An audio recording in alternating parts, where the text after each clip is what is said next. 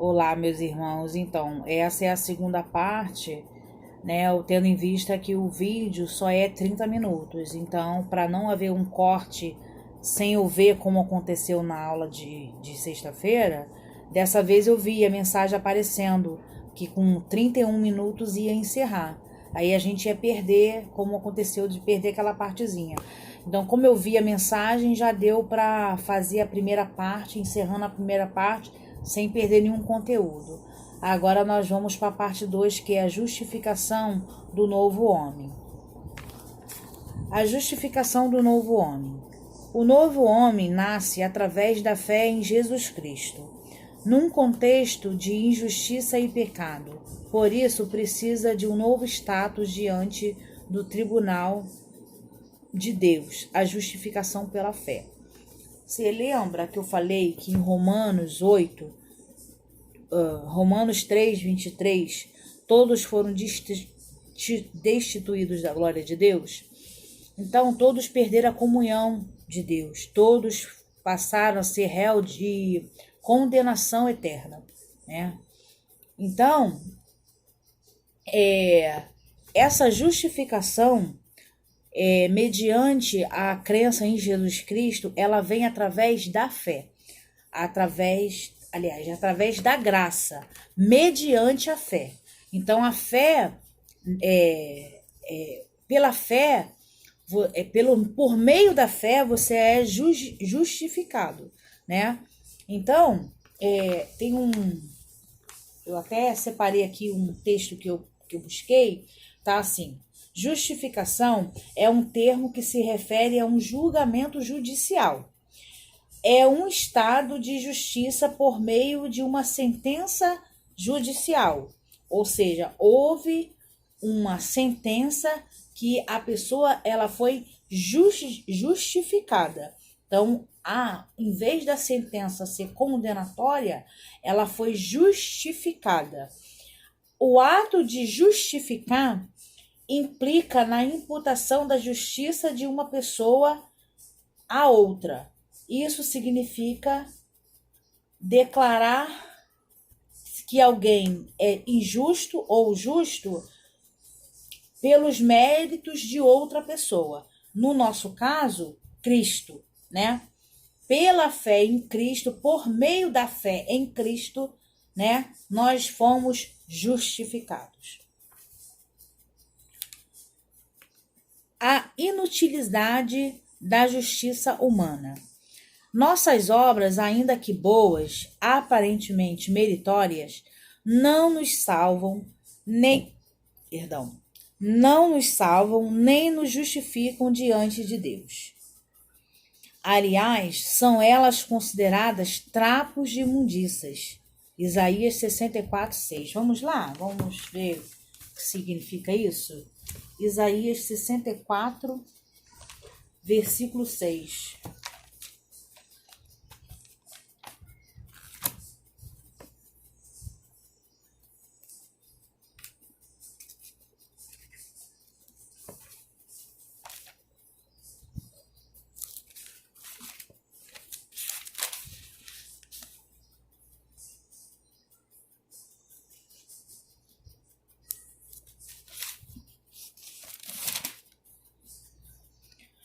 Mas todos nós somos como o imundo, e todas as nossas justiças como trapo da imundícia, e todos nós caímos como a folha, e as nossas culpas como o vento nos arrebatam.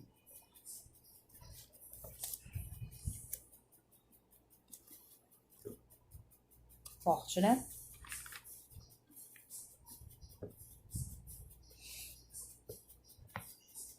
Só existe um meio de obtermos a salvação e de nos justificarmos perante o justo juiz: a fé nos méritos perfeitos de Jesus Cristo. Romanos 5, 1.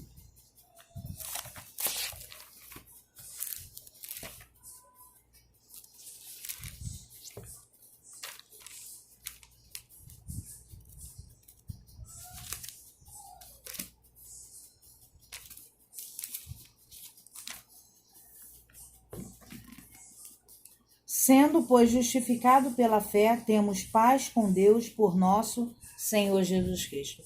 A restauração da comunhão com o Pai. É através da fé em Jesus Cristo que nós temos paz com Deus, que nós temos comunhão com Deus. É através da fé em Jesus Cristo que nós somos justificados, que nós somos justificados justificados em Cristo Jesus, por meio da fé.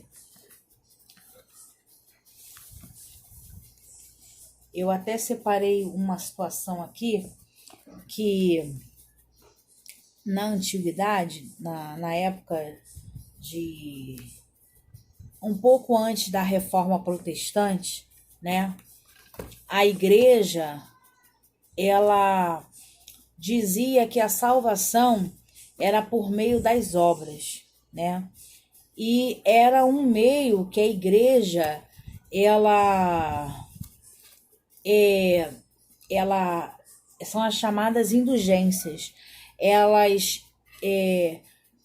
diziam que os crentes, os cristãos, tinham que pagar para ser salvo, né? Mediante as suas obras.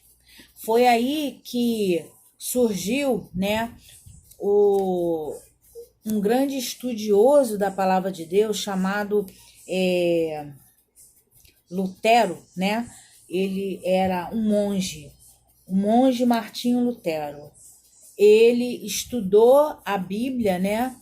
E ele conseguiu traduzir a Bíblia no idioma dele, e eu estou resumindo, né? Mas ele viu, né, em Romanos 1, né? Romanos 1:16, é claro que esse foi o texto com que ele veio para ele provar que não era pelas obras e sim pela fé.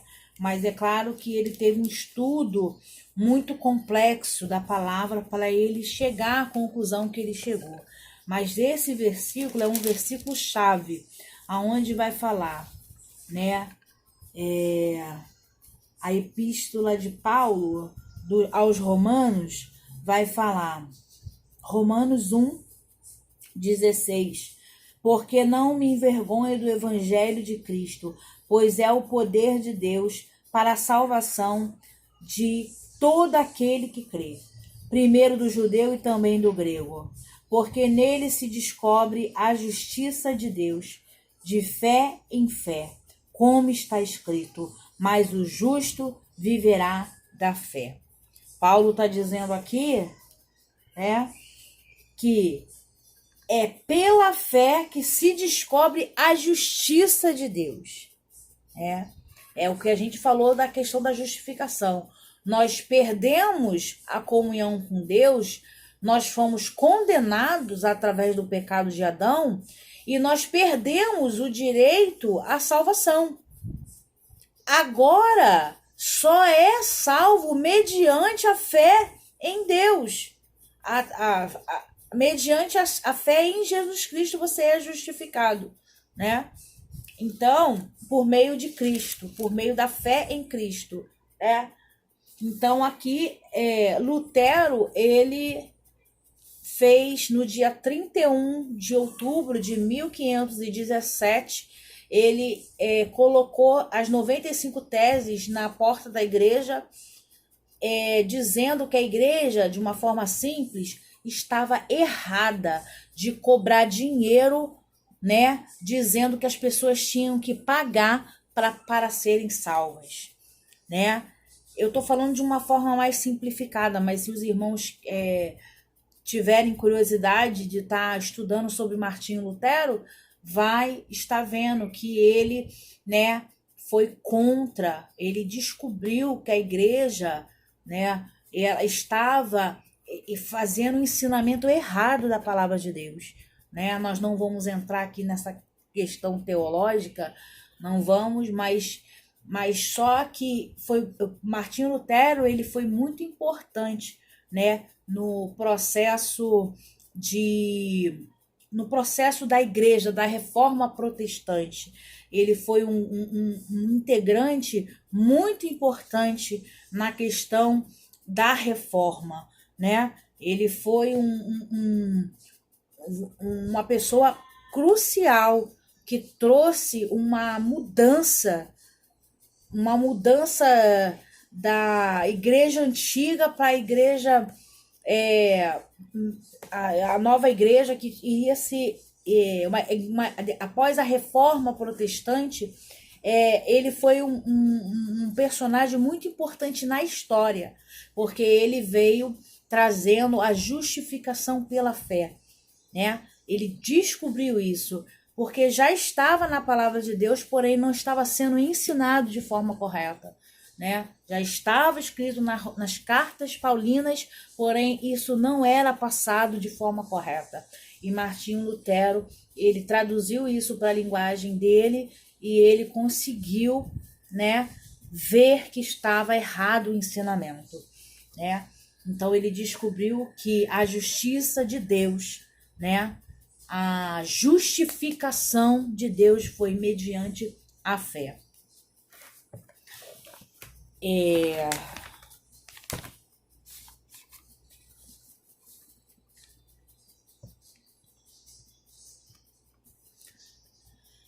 A maravilhosa doutrina da justificação. Ao pecador que pela fé recebe a Jesus, Deus lhe concede mais que um mero perdão, e muito mais que uma anistia. Concede-lhe o status de justo, pois a justiça de Cristo muda por completo a situação jurídica do réu. Esse texto está em 1 Coríntios 6:11. Este é completamente perdoado e seus pecados inteiramente apagados. 3. O novo homem é justo. A partir de sua conversão, o pecador passa a ser visto por Deus como se jamais tivesse cometido qualquer injustiça. De agora em diante, é um justo aos olhos de Deus. Haja vista o que houve com o ladrão na cruz. Creu no sacrifício de Jesus e foi salvo. Esse é um texto maravilhoso que vai provar exatamente o que nós estamos falando, né? O ladrão da cruz, ele não teve uma vida, né, na presença de Deus. Ele era ladrão, ele não tinha sido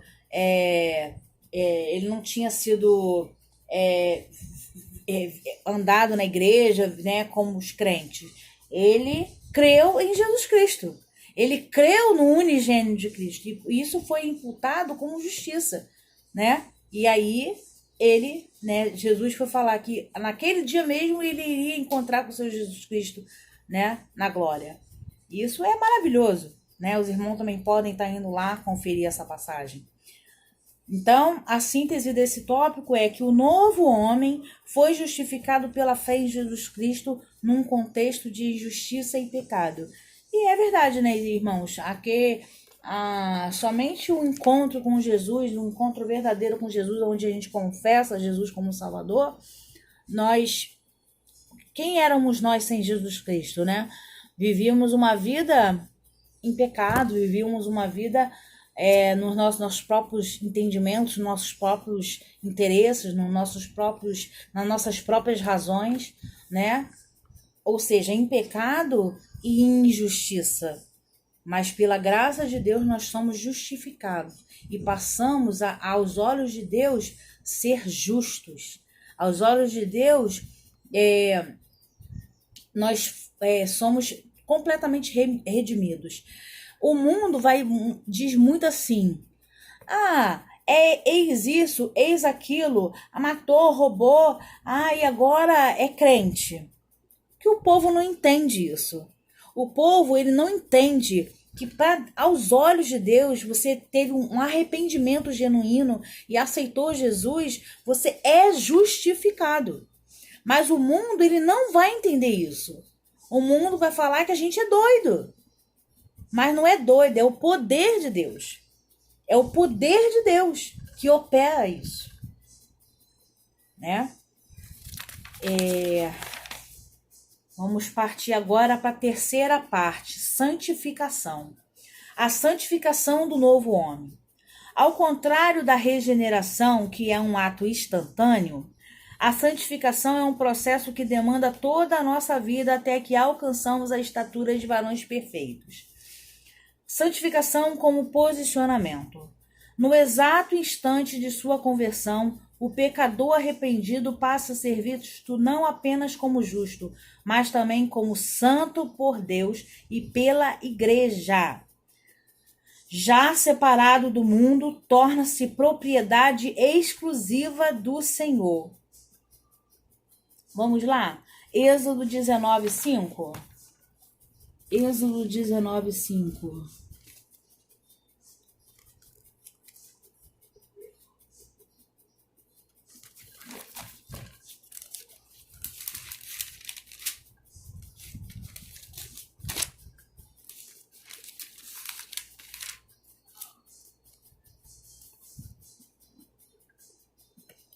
Agora, pois, se diligentemente ouvirdes a minha voz e guardardes o meu conserto, então sereis a minha propriedade peculiar dentre todos os povos, porque toda a terra é minha. Glória a Deus.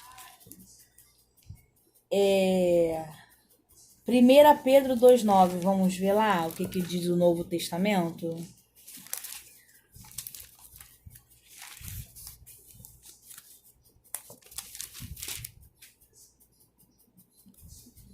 Mas vós sois a geração eleita, o sacerdócio real, a nação santa, o povo adquirido, para que anuncieis as virtudes daquele que vos chamou das trevas para a sua maravilhosa luz, né? Então, através, né, do processo de santificação por posicionamento, né, nós aceitamos Jesus, nós cremos em Jesus e vivemos em novidade de vida e já separado das coisas, as coisas velhas já se ficaram passadas e tornamos-se propriedade exclusiva do Senhor. Posicionalmente é santo, embora esteja ainda num processo de santificação, foi o que eu falei. Nós recebemos, através da fé em Jesus Cristo, a santificação, ou seja, como posicionamento. A partir do momento em que você aceita Jesus, você, diante de Deus, você é santo, como posição. A sua posição é de santo. Porém, você passa por um processo de santificação ao longo da sua vida toda, até que o Senhor Jesus venha te chamar. Você tem que estar na presença de Deus, você tem que estar em constante caminhada com Deus, em constante transformação pela palavra de Deus, em constante novidade de vida, em constante mudança de atitude. Todos os dias nós devemos fazer essa avaliação. Todos os dias nós devemos nos avaliar e vermos como estamos diante de Deus. Porque não é diante do pastor, é diante de Deus. É diante de Deus. Como está a sua vida, a sua caminhada diante de Deus? Porque a importância não é porque você faz parte de uma congregação que você tem que estar indo aos cultos porque vai agradar o pastor. Porque você tem que estar na escola bíblica dominical porque você vai agradar o pastor, você vai agradar os professores, você vai agradar a superintendência. Não, é como está a sua vida diante de Deus. Todos os dias nós devemos nos avaliar. Como foi meu posicionamento no dia de hoje? Eu procedi corretamente? Eu procedi como agrada a Deus? Não. Perdão, Senhor. Faz-me não pecar mais contra ti. E todos os dias. Davi é um exemplo disso, né? Os Salmos vai falar isso. Ele estava constantemente arrependido, constantemente pedindo graça e misericórdia de Deus. Processo de santificação. 2. Santificação como processo. O novo homem em Cristo, ainda que seja visto como santo, realmente o é, terá de se submeter ao longo e disciplinado processo de santificação, até que venha a alcançar a estatura do Filho de Deus, que é aquilo que a gente conversou. Até você alcançar é uma longa caminhada, uma longa escada, né? Tá os textos aí que vocês podem estar meditando. Na santificação do novo homem, a palavra de Deus é imprescindível, pois nos conduz ao ideal cristão, perfeição e santidade, para que em tudo sejamos imagem e semelhança de Deus. 3. A santificação é a vontade de Deus no novo homem. Então, nós vimos aqui como posicionamento, como o processo, que é a caminhada, né, a constante mudança de vida, constante processo de santificação até a nossa morte, até que Jesus venha nos chamar, até o arrebatamento da igreja, nós estamos em processo de santificação. E aqui vamos falar da vontade de Deus. É da vontade de Deus que você seja santo, que você seja imitador de Jesus, que você sede perfeito como eu sou perfeito. A palavra de Deus diz isso. Sede perfeito como eu sou perfeito. Então, não é para agradar ninguém, é para agradar a Deus, porque é da vontade de Deus que você seja assim, que eu e você seja assim. O novo homem é impossível sem o processo de santificação. Quer ser cheio do Espírito Santo? Tenha um caráter ilibado, tenha um caráter reto, tenha um caráter humilde. Nós não temos tempos aqui, mas o Sermão do Monte, capítulo 5 de Mateus, está lá. Bem-aventurados mansos, bem-aventurados humildes, bem-aventurados os que choram, bem-aventurados os misericordiosos, bem-aventurados que sofrem. Processo de santificação. A palavra de Deus vai dizer que você é feliz por estar sofrendo por conta do nome de Jesus Cristo. Olha que coisa linda. Aí tem muito crente aí que passa uma prova, eu vou me incluir nessa, né? De passa uma provinha, passa um apertinho, já acha que Deus esqueceu de nós. Não. O Sermão do Monte vai nos ensinar como é que agrada a Deus. E como nós somos felizes em estar sofrendo. Em como nós somos felizes por estar sendo perseguido. O Sermão do Monte vai nos ensinar isso. Quanto mais nos santificamos, mais parecidos nos tornamos com o Senhor Jesus. Somos seus imitadores. Logo, devemos ver a santificação como vontade suprema de Deus para a nossa vida. Mas, se pecarmos, o sangue de Jesus nos purifica de toda injustiça e pureza. Esse pedaço é um pedaço importante, por quê? Porque por mais que estamos no processo de santificação, nós somos falhos, nós erramos, muitas das vezes nós caímos sem querer, falamos coisas que não agradam a Deus, né? Mas o sangue de Jesus, né, aqui como vai dizer aqui, nós somos justificados, né? Logo devemos... se pecarmos, o sangue de Jesus Cristo nos purifica de toda injustiça.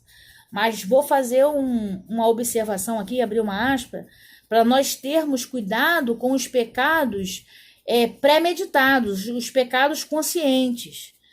A pessoa vai falar assim, eu vou fazer isso porque depois eu vou me arrepender e o Senhor Jesus vai me perdoar. Não é esse pecado que ele está falando que ele purifica. É aqueles que você, né, acaba acontecendo durante o dia. Mas aqueles que você planeja pecar, sabendo que está errado, não. Esse não, né? Esse você acaba blasfemando contra o Espírito Santo e isso não é justificado. Não é justificável. Que a Igreja de Cristo volte a pregar com mais instância e urgência a doutrina da santificação. O autor aqui faz uma chamada para que os púlpitos voltem a pregar a santificação. os púlpitos voltem a pregar a cruz de Cristo. Os púlpitos voltem a pregar a doutrina da santificação, porque os púlpitos de hoje estão pregando prosperidade, estão pregando agora um tal de coaching. Isso é teologia do inferno. Que os nossos púlpitos venham ser pregados arrependimento de pecado, confissão de pecado, renúncia, novo nascimento, santificação. Nossos púlpitos têm que pregar. É um adeno que o autor vai falar aqui. Porque em Apocalipse 21:8 vai dizer que nenhum impuro ou profano entrará na Jerusalém celeste. Sem santificação ninguém verá o Senhor. É a palavra de Deus.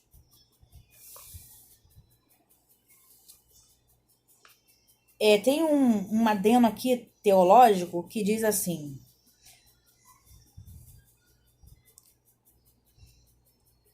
a despeito de muitíssimos crentes terem sido batizados no Espírito Santo, são muitas as igrejas pentecostais que não possuem a vitalidade e a eficácia que nelas se evidenciam em anos anteriores. Em segundo lugar, a ênfase pentecostal ao batismo no Espírito Santo e aos dons sobrenaturais do Espírito tem resultado numa falta de ênfase ao restante da obra do Espírito, que é a santificação.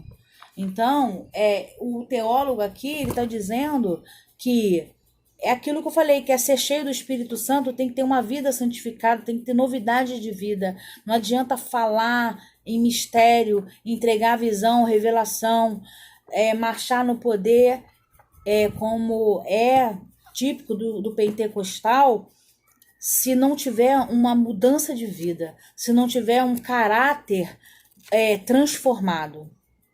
É isso que o teólogo está falando. Tem que haver novo nascimento. Tem que passar pelo lavar regenerador do Espírito Santo.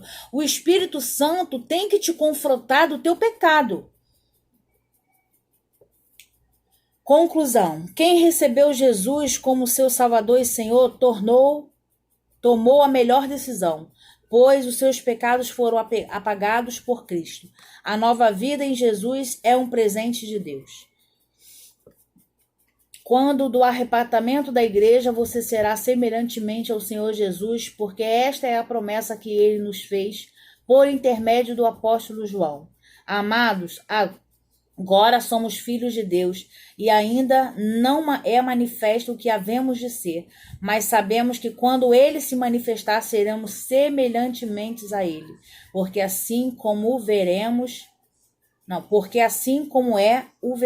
1 João 3, capítulo 2. Sim, nós, os redimidos do Cordeiro, seremos glorificados. Né? Quando ele se manifestar, nós teremos o nosso corpo transformado, glorificado, eterno, para a honra e glória do Senhor. Que nós venhamos viver uma novidade de vida em constante processo de santificação, que nós venhamos ser perseverantes até o fim, porque a tribulação, a provação é para que você seja aprovado. Deus não tenta a ninguém. Ele te prova para te aprovar. Ele me prova para me aprovar. As tribulações,